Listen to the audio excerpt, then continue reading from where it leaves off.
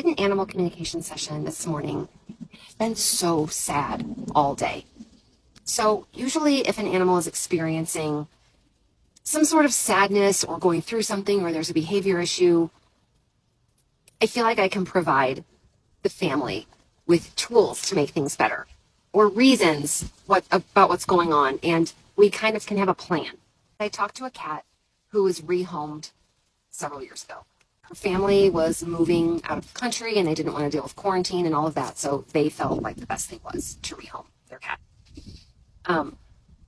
The new mom, is doing everything she can to make this cat as happy and comfortable as possible, but the cat is limiting herself to one room. She's not leaving that room, and she's under the bed a lot, and she's not really interacting much with the other cats or the humans in the home very much, and they all want so badly to do everything they can to make her happy. But what was so upsetting was just this depression. I don't know that I've ever spoken to an animal who has depression this deep. I mean, it's like it's settled into her bones, you know? And before I knew the full story, the first thing she told me was, I feel displaced. And Mom explained everything to me. And I asked her what she could do to feel better. Like, what is it you want? What would make you feel better?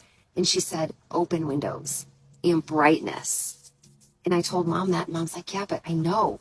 But she's got the whole house she can go to where the windows are open and it's so bright.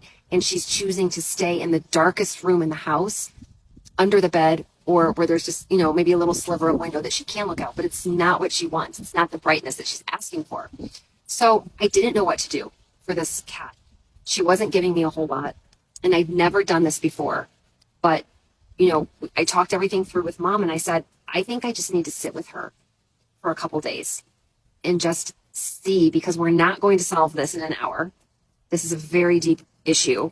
And yeah, I just think that we need to be patient with her, and I need to get to know her over a couple of days, and maybe, hopefully, I can help.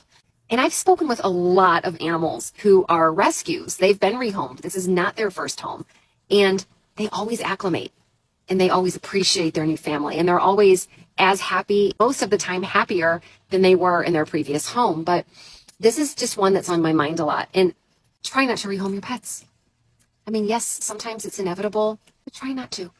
I actually had a friend years ago who I met, and she just kind of flippantly told me, yeah, and she's a great dog mom. She's this amazing dog mom. And I was shocked because she's like, yeah, we took a dog once to the Humane Society. It's like, what? She's like, yeah, we just, we'd had her for a few years and we really wanted a new dog. And I was like, what? Because I always think of people who turn their animals in